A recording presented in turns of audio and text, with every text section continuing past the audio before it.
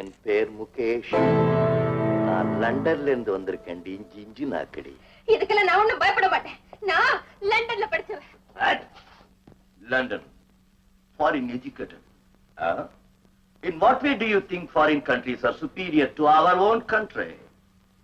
Culture, art, civilization. In the name of civilization, you're all going backward, not forward, you bumpkin. என்னம்மா கண்ணு அசந்து போய் நிக்கிற? பட்டி காட்டான் இங்கிலீஷ் பேசுறானேன்னா நானும் படிச்சவன் தான். படிக்கிறது அறிவை வளர்த்துக்கிறதுக்காக, இந்த மாதிரி ஆட்டம் போடுறதுக்கு இல்ல.